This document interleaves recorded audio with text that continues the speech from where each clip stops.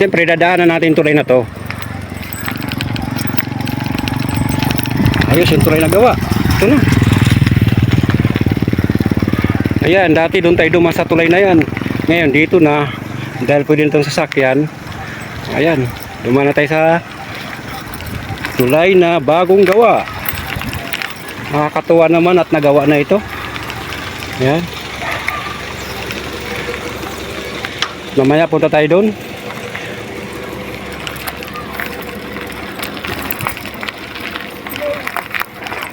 Hindi na natin kayang umakyat. Baka malaglag ng ating camera. Masyado mataas na to. Patay muna natin yung camera natin. Nandito na tayo sa papuntang Mapwing. Ito ang daanan nila papunta doon. Ayun pala sinasabi nila na may tulay din na maliit. Ayun. Tulay. Siyempre papuntahan natin yun. Hanggang saan ba may magandang daanan, hanggang doon lang tayo. Ayan. Tingnan mo yung bundok. Bundok na tinapyas nila. Oh.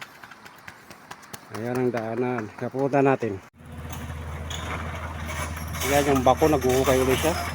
Para lumalim-lalim yung ilog.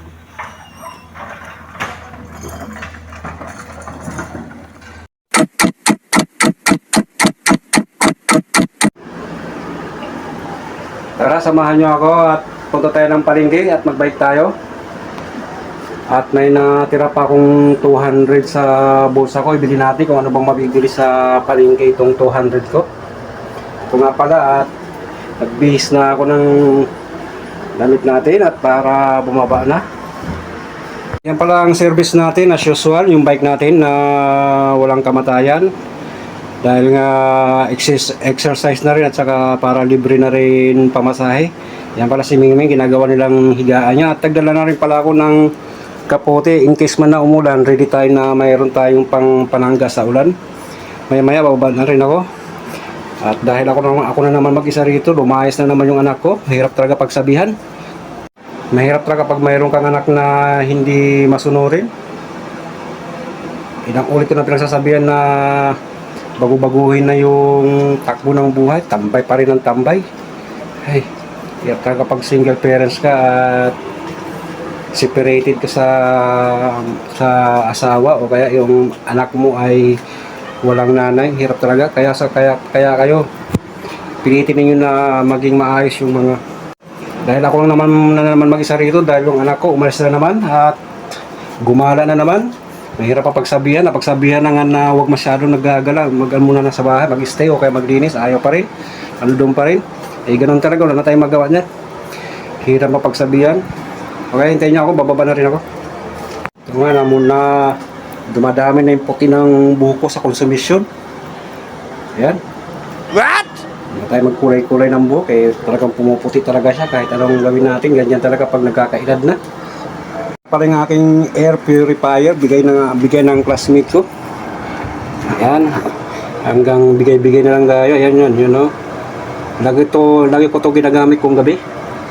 Para nga daw, sabi nila pang sala daw sa hagin. Pero hindi ko pa siya nalilinisan. Siguro mga susunod na araw, linisan ko na to dahil nga yung kanya dyan, puro alikabok na. Para maganda naman ang buga niya. Sobrang init talaga sa lugar ko. Ang nasa loob ng kuweba o kaya pugon. Kumbaga parang sa gilid-gilid mo parang may nagsisiga ng apoy, o kaya mayroon ako sa likod ko ay isang oven ng tinapay. Sobrang init, hindi kaya ng electric fan. Lalo kapag yung kasagsagan ng init, buti nga nag-ulan-ulan eh. 1 hour later.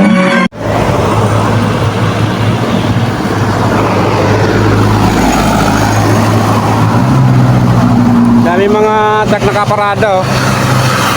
Pagkakalam ko dyan, yung sa telco, yung kita nyo yung mga bilog-bilog na yan. Pero yan yung para sa internet, binabaon nila sa lupa. Matagal na yan dito eh. Kaya pahinga muna tayo rito sa tabing highway at magpalamig muna tayo bago tayo pumunta sa palengke. At iikot pala muna tayo bago tayo talaga pumunta sa mismong bilihan ng mga ulam. Ikot po kayo sa Magsaysay. At tara, umpisa na natin pagbabike at natapos ko na rin inumin ng aking soft drink. Umpisa na natin pagpapadjak natin doon. dahil iikot-ikot ko pa kayo bago tayo bumili ng ating ulamin sa bahay. Tara, let's go!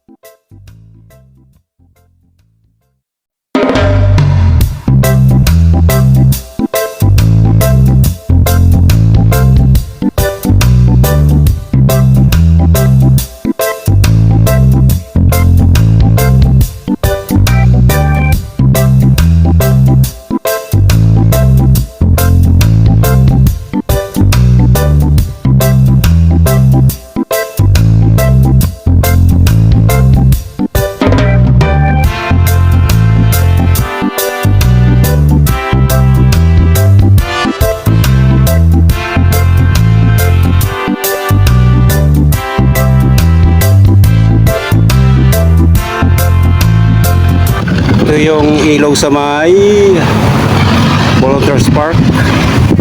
Ayan, meron pa siyang fountain. Tapos, ito natin.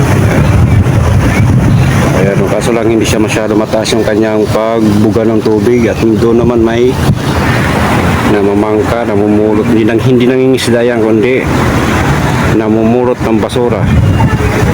Binabangka na nila.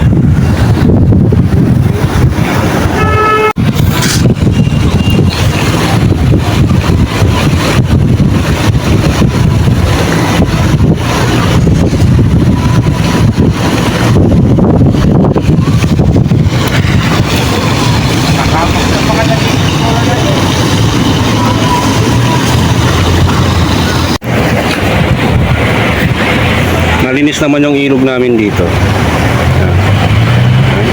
ng basura. At marami ring isda ito rito. Kaso ngayon parang hindi sila nagsilutangan. Dahil nga araw-araw dito ay may nangungulikta ng basura. Nagbabangka na sila. Ilog ito. Ito ang sinasabi na is Back River to. Yan ang ilog namin dito sa Olongapo City. Yan mga mangrove yan. Siguro dyan pag humupay itong tubig na to, maraming alimasag o alimango, mga mud crab. Kaya ganito yung tubig to dahil high tide. Pero itong ito dagat eh. Banda doon, ilog, galing na sa bundok. Ayan, may mga upo-upuan pa. Mga ilang klaseng upuan to. Sa 2, 3, 4, 5, 6, 7, 8. Walong upuan. Pwede ka rito magpangpahangin. Lalo ngayon makulimlim. Ayan, may nakaupo pa. Pero mamayang hapon dadami ng tao rito. Ito yung sinasabi na Volunteers Park. Banda doon ay SM yan. SM Downtown. Tapos yung bandang kabilang dulo ng itong ilog na to, itong kabilang Ibayo ay SM SBMA pala.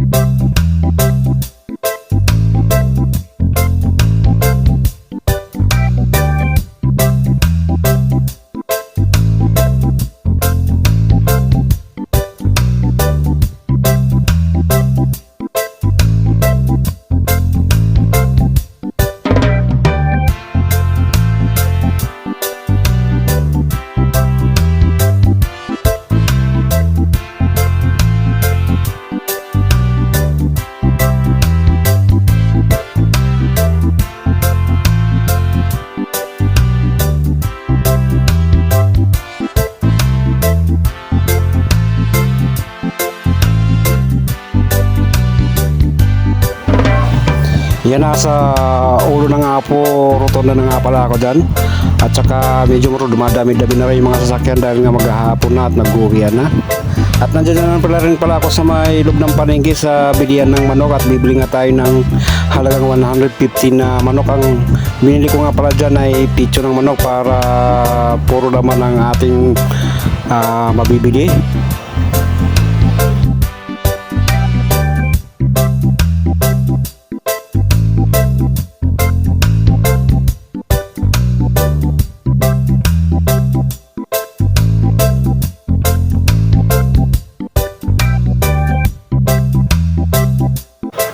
At nakabili na pala ako dyan ng manok sa loob ng palengke. At dyan nasa labasan na pala ako ng palengke papunta sa may Rizal Avenue sa mga sakaya ng jeep. At dyan ang aking dadaan papunta dito sa tinitira ko sa may bahay namin. Ito nakikita ninyo medyo dumadami-dami ng mga tao dahil nga hapon na. At alam niyo naman pag hapon marami nang namimili at namamalingki para sa kanila.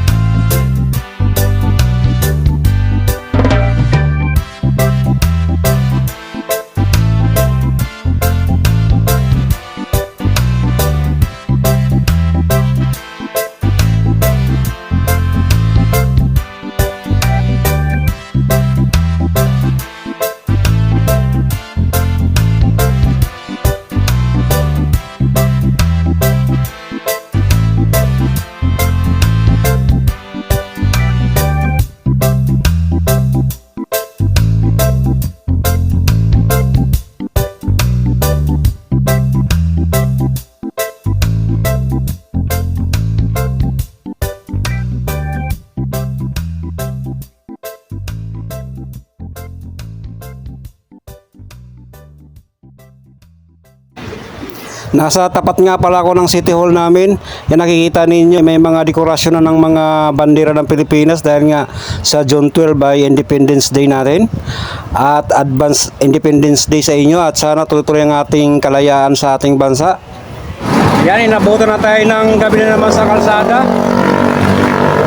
At nagpahangin muna pala ako rito bago tayo pumunta sa bahay at dadang tayo ng bakery para bumili tayo ng tinapay dahil nga may natira tayo 50 pesos dahil yung pera lang natin ay 200, yung 150 binili natin ng ulam na manok halagang 150 dahil ang kilo ay 190. Ayan ang ating nabili. Nakunin muna natin sa ating bike dahil sinabit ko rito.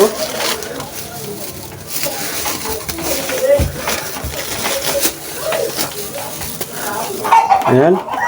Ito yung pandesitos at bumili na rin ako ng 2 perasong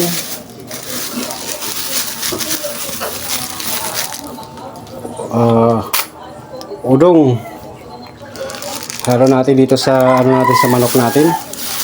At magluluto na rin pala ako. At hindi ko na kayo isama dahil medyo mahaba na itong video natin. Sa susunod ulit. Thank you sa inyo.